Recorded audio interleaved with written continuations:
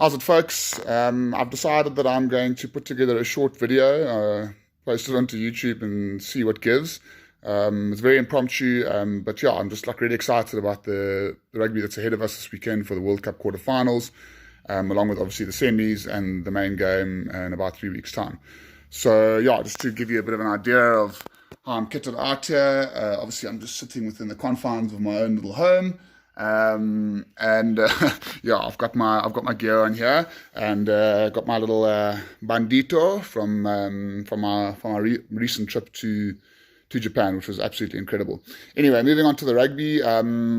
Yeah, look, I mean, obviously, 4 interesting games coming up. There is obviously the potential of an upset coming out of at least one of them, although personally, I don't think it's going to happen. Unfortunately, I'd quite like to see, France turn up on the day and really push Wales all the way, and even potentially, take it. But I just don't see it. France are just a little bit too inconsistent.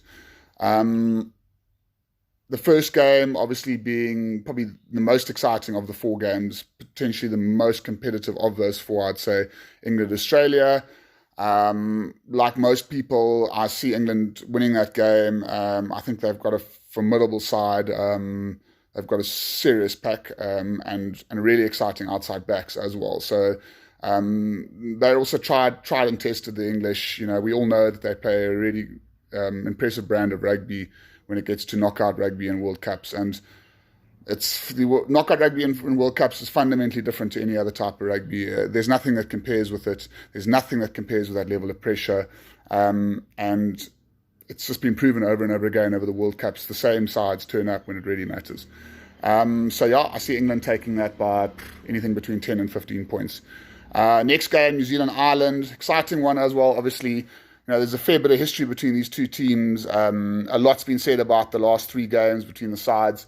Not taking anything away from the Irish, because I love the Irish. They're fantastic people. They're great travellers. They're great supporters. But if we can talk about the rugby, yeah, look, Ireland won those games. Yes, it was impressive. Yes, they have 12 of the starting 15 that played in that last match. But both those wins were in Ireland. Well, one was in Chicago, the other one was in Ireland. But it's not the same thing. It's just simply not the same thing. So I don't know. New Zealand, geez, I mean, it grates me to say this, but they are a phenomenal side. Like, I respect them obviously tremendously. I don't think they're unbeatable. They're not infallible, but they're a fantastic side, and yeah, I see them winning it. I see them winning it by approximately a margin of about 14 points.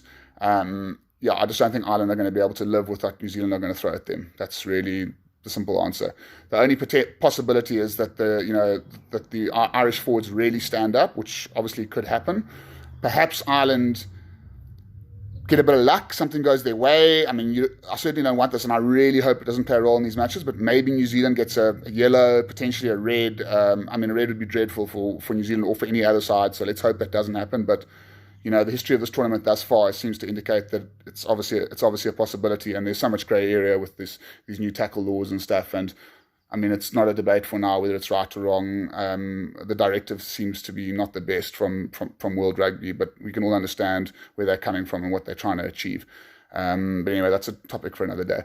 But yeah, so yeah, maybe if Ireland can get up, if they can get momentum on their side, if they can get the All Blacks in a little bit of a spin, it would be awesome to see how the All Blacks would react to a situation like that. I mean, I think if there's one team in World Rugby which is equipped to handle a situation like that, it's them. I think they're the most agile of the sides. They're a side that are able to adapt their game plan accordingly.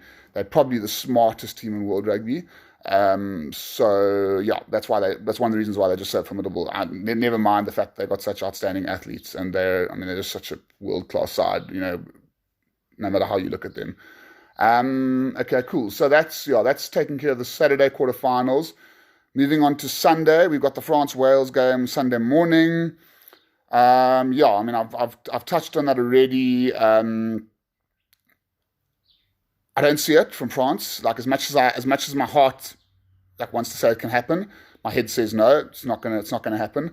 French are just too temperamental. Yes, on their day, it's a cliche thing. Obviously, they can turn up. We all know what they've done in the past. I think there's just too much instability in the team at the moment. They haven't been consistent enough through the pool stages. At times they played phenomenal rugby. I mean, in the very beginning of the tournament, the way they started out against Argentina, that was serious rugby. I mean, that was a team like playing top notch rugby, but they can't sustain it, and their defence is a real issue.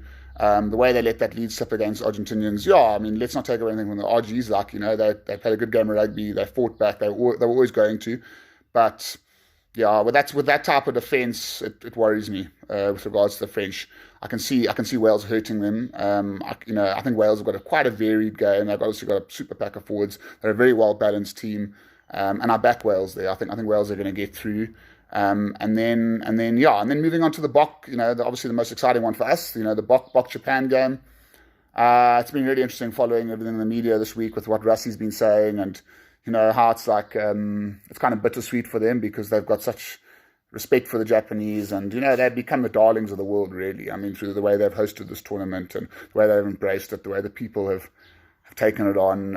It's just awesome. I mean, and having been fortunate enough to experience it myself for about a week and a half, it's truly special. But in saying that, let's get down to business.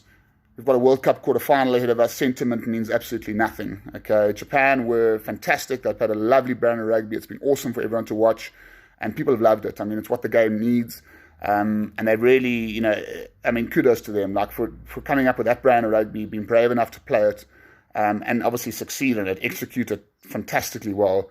Is a massive feather in their cap, and it bodes extremely well for the future of Japanese rugby. And I think that's really, bigger picture, that's what this World Cup's actually all about. The point being that as awesome as they've been and as positive as we all are about it, they're facing the Springboks on Saturday, and our team is no joke. Our forward pack is proper. It's a serious forward pack, and they know how to go about their business. And we will win on Sunday. We will win on Sunday. It's a question of how much we'll win by, and I'm going to be sure here. I'm going to be sure of myself. I'm not going to doubt. Obviously, there's always that element, and naturally things can go the other way. It's never impossible. Japan will put up a stern challenge. I'm not saying it's going to be a walkover, not by any stretch of the imagination. But barring something horrible happening to us, like really our discipline really letting us down, or these damn yellow or red cards, particularly the red cards, that could change the complexion of the game, of course. But I just don't, the way we play our brand of rugby, the way our forwards dominate, the way we have the ability to control the set piece, both scrum and line out, even the rolling maul, against the Japanese side, who they don't put a lot of emphasis on that, and for good reason, which is fine, and they just plan to try and compete with regards to the set piece, but it's a problem because their game is reliant on very quick ball, obviously. So getting that quick ball to the outside backs. Fukuoka and the Haro Shima, whatever. Obviously, I'm not going to get those names right. But the two wingers, very exciting players. Their outside centre is proper. I think he was born in New Zealand. He's a serious talent. But yeah, if you don't have front foot ball, it all means nothing, kind of thing. So it doesn't matter how good these guys are if they're not getting the right ball. That realistically they're unlikely to be able to hurt us. And I just don't see them getting that quality of ball. And we're clear about our game plan. We're going to go out there. We're going to play a forward-dominated game. Like, we mustn't be ashamed of it. Like, that's our strength. That's traditional South African rugby. Set piece, territory. Possession, maybe not so much when we're box kicking the whole time. Obviously, the box kicking, it's a good game plan. It works. It's worked for us in the past. People must get off the backs of the coaches. Please, guys, if there's one thing I can say to South African supporters, get behind the Springboks, get behind Rassie Erasmus, get behind our coaches. Stop going on and on and on about complaining about us kicking the ball away. Get over it. Get over it. That's how we play. Okay, let's back the system. All right? Let's not make stupid comments about how the team should be selected and come up with silly things. All right? The team is the team. Okay, Rassie knows what he's doing. He's had a blueprint. He's been planning for this. No one has planned better than Rassie Erasmus for this World Cup. Okay, and the rest of his coaching staff. They know what they're doing. All right? We've got the right personnel there. Yes, we've got a forward-loaded bench. There's a very good reason for that. It's horses for courses. Okay, so let's just get behind them. All right? If we make mistakes with the box kicks, so be it. That's okay. All right? We'll fix it. Okay? Faf hasn't had a great tournament so far. No one's denying that. But Faf is a world-class scrum half. Okay? And class is permanent. Form is temporary. All right? So back him. Back Willie Leroux. Okay? This rubbish about Willie Leroux getting dropped, please, just Can you just shut up? If you got that comment, keep it to yourself, okay? We need experience in our starting 15, all right? It's very, very important. This is World Cup knockout rugby, okay? It's extremely important, all right? Willie le Roux has got 50-odd caps, okay? You cannot move Cheslin Kolbe to fullback and bring in Nkosi, right, on the wing and have a back three which is so inexperienced like that. You're asking for trouble. I'm telling you right now, you're asking for trouble. Willie le Roux doesn't always make the right decisions, but have some perspective, folks. Let's have a look back at what Willie le Roux has done to get this team to where it is now. That matters. It's going to matter in these knockout games. Guys, not meaning to be negative. Some of the chat does irritate me a lot, and this is my view. Fair enough, we all entitled to our opinion. The debate is healthy, but yeah, I just wish people would be a bit more thoughtful about their comments, to be perfectly honest. But yeah, it's going to be an awesome weekend of rugby. Mega excited. I'm not going to go into too much detail with regards to the semi-finals and the final. Maybe I could save it for a separate video. I think that's enough for now. We sort of over 11 minutes. Cool, guys. Take it easy. Ciao.